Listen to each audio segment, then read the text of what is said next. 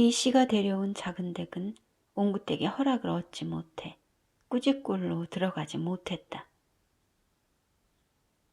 그런 작은 댁을 위해 이 씨가 하는 수 없이 방을 얻었다. 이 씨는 작은 댁을 보기 위해 장날마다 읍으로 나갔다. 얼마쯤이 지나 작은 댁이 몸을 풀었다. 해산 후 꾸짖골로 들어오는 작은 댁을 옹구댁이 더는 막을 수 없었다. 작은 댁이 아들을 낳은 데다 곧바로 다시 태기가 있었기 때문이었다. 옹구댁이 바르르 몸을 떨며 눈을 번득였다. 네 어미가 첩이라더니 너도 첩살이의 고된 신세를 면치 못할 것이다.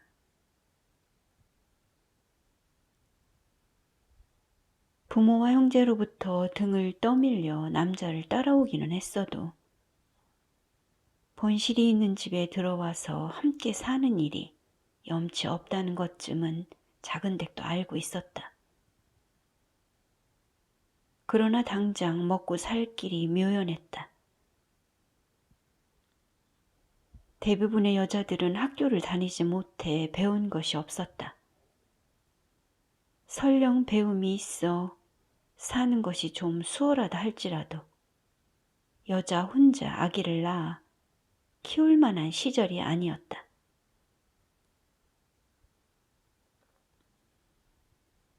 작은 댁은 둘째 아이를 뱃속에 가진 채 들로 노동을 하러 나갔다.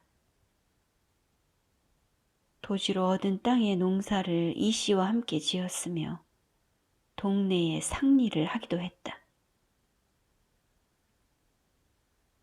작은 댁은 옹구댁의 시야를 떠나 밖으로 돌며 돈이 될 만한 것들을 위하여 몸을 움직였다. 또한 이 씨가 옹구댁의 방으로 드는 것에 대해 눈과 입을 봉하고 살았다. 늦게 들어온 이 씨에게 또 어느 년을 만나고 돌아왔느냐며 옹구댁이 투기를 하면 그 심기를 달래기 위해 이 씨가 옹구댁의 방으로 들어갔다. 옹구댁은 이 씨의 입에서 나오는 임자 소리를 독점하고 싶어 했다. 이 씨가 가끔 작은 댁에게도 임자라는 호칭을 붙일라 치면 옹구댁은 눈을 뒤집어가며 강셈을 부렸다. 이 씨가 삶의 전부라도 되는 것처럼 옹구댁은 안달을 떨어댔다. 반면 작은 댁은 길을 가다 만난 동행자 정도로 이 씨를 생각했다. 어떤 인간관계라도 어디쯤에서는 흩어질 수밖에 없음을 잠잠히 마음속에 새겨 넣었다.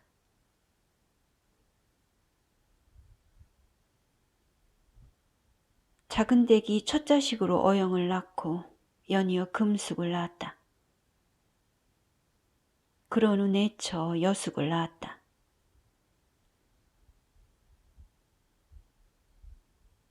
한데 그렇게 끝난 줄 알았던 작은 댁에게 또 태기가 있었다. 분이 치밀어 오르는 옹구댁이 꾸짖골로 들어올 버스를 기다리며 동네 들머리에 서 있었다. 잠시 후 가산내가 아기똥거리며 걸어 나왔다. 환한 머리통을 치켜세우고 있던 옹구댁에게 가산내가 다가가 먼저 말을 걸었다. 장 보러 가는감? 작은이가 애를 뱄다며? 그놈의 애는 배만 부르다가 인생을 끝낼 것처럼 주구장창 그 짓만 하는지 내 원. 뭘 그려. 옛날엔 자식이 없으면 씨바지라도 해서 아들을 낳았는데 오히려 잘된 일이잖여. 내 욕심만 부리면 안 되는겨. 일가를 풍성하게 이루도록 일부러라도 비켜주는 기 큰 마누라가 헐돌이 아닌가 배?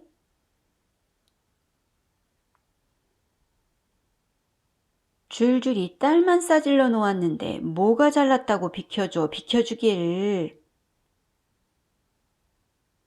그리도 일타루다 아들을 낳았자는가. 기왕에 이렇게 된 마당에야 얼마든지 작은이와 형 아우 하면서 요록조록 살 수 있을 텐디 왜 그런디야? 그리 울미너게 살아봐야 좋을 것은 없으니께.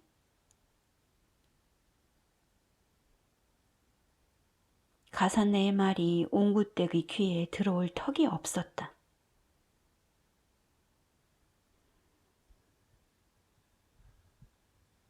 자꾸 애가 생기는 것에 작은댁은 굽제였다.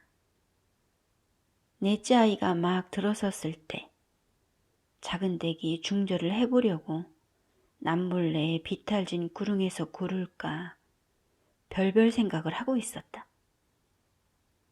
옹구댁에 대한 미안함도 있었지만 없는 살림에 먹으림만 줄지어 낳아놓는 것이 죄스럽기만 했다. 그때 작은댁의 심정을 아는 누군가가 자연유산을 할 수 있는 민간요법을 알려주었다. 살아있는 송사리 연화문 마리를 씹지 않고 통째로 삼키면 애가 떨어진다.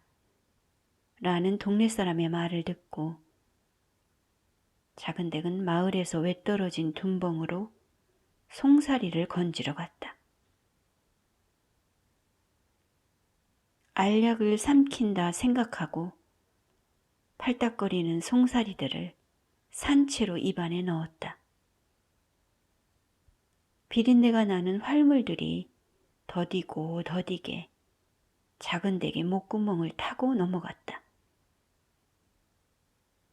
팔딱거리는 생물들을 목구멍 너머로 넘기는 일은 할 짓이 아니었다.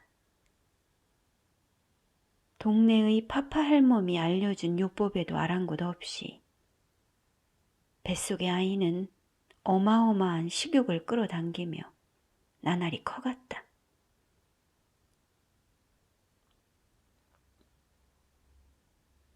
작은댁이 밭일을 나갔다가 끼니 때가 되었는데도 밥을 먹으러 집으로 가지 못하고 산자락을 타고 들어갔다. 산속으로 들어가니 더운 기가 가시는 듯 했다. 키가 낮은 나무에 콩알만한 아그배가 달렸다. 작은댁이 그 앞에 섰다. 시원한 물이 뚝뚝 떨어지는 큼지막한 배를 상상하며 작은댁은 아그배를 한 움큼 따서 입에 털어넣었다. 그것들은 시큼 떨떠름한 맛이 났다. 우두구둑 더 씹어서 나온 즙은 떨고 쓰고 쉬고 달았다.